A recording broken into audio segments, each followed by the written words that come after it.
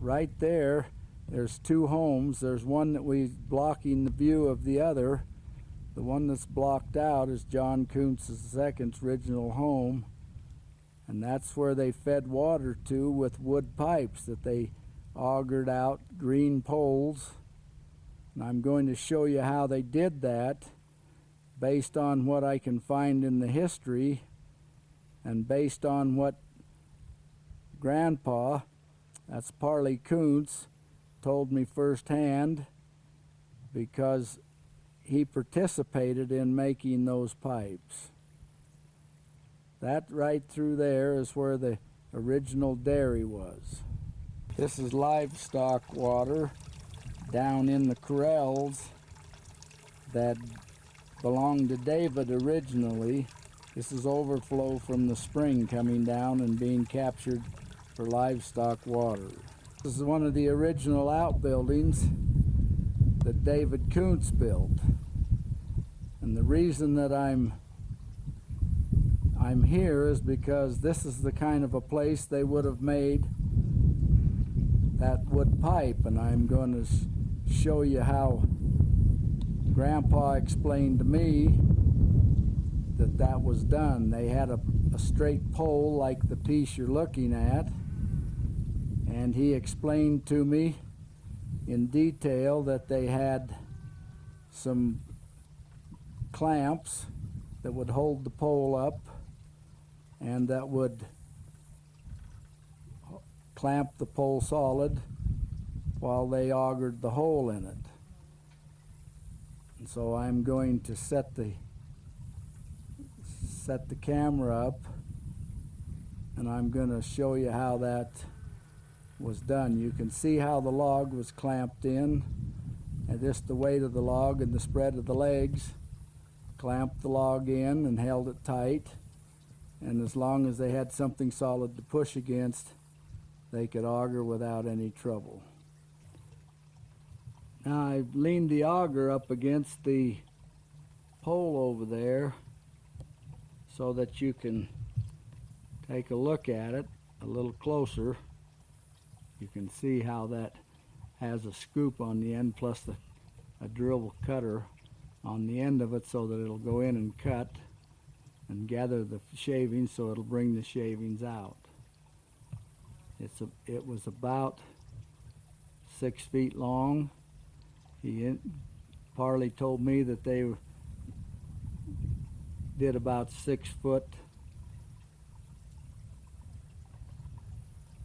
lengths of pipe so that they could stay straight in them. Now I'm going to show you how this was done. See, the log is locked into the bracing, into the clamps. The end of it's against the building, to which is solid. And then we take the auger and put it in the pipe and turn it.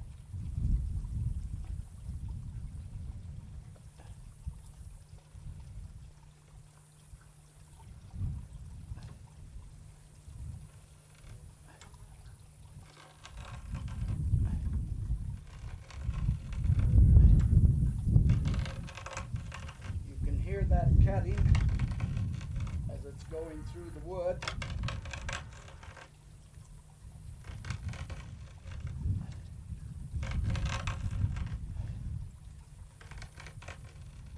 It's a slow process.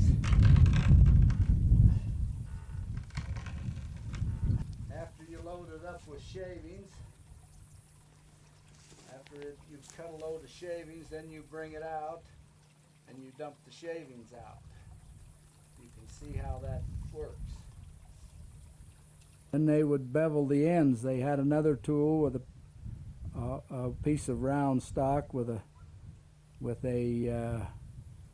knife embedded in it that was clamped, and they would go ahead and put a bevel on the inside of the pipe.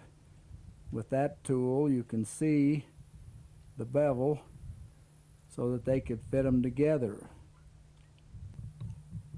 Okay, now you can see on the other end of the pipe, when they finished drilling the hole through, they would put a bevel on the other end.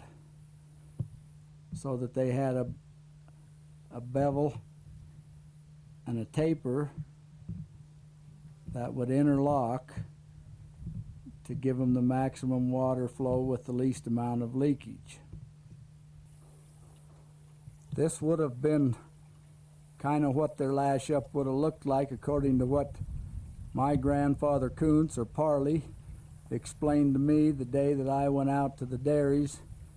And this is the way that they took water from this spring right here at the base of the peak, from David's second home down to his dad John Kuntz II's home and down to the dairies. They also used this method at getting water into the dairies out at Williamsburg. William J. talks a lot in his history about making wood water pipes and installing them, and David used what water he needed for his home, and some of the water was piped down the hill in wood pipes that were made by augering out the centers of green poles that were fitted together for piping water to the dairy and for Father John II. The excess water ran down the hill in an open stream, being used by all for the watering of livestock.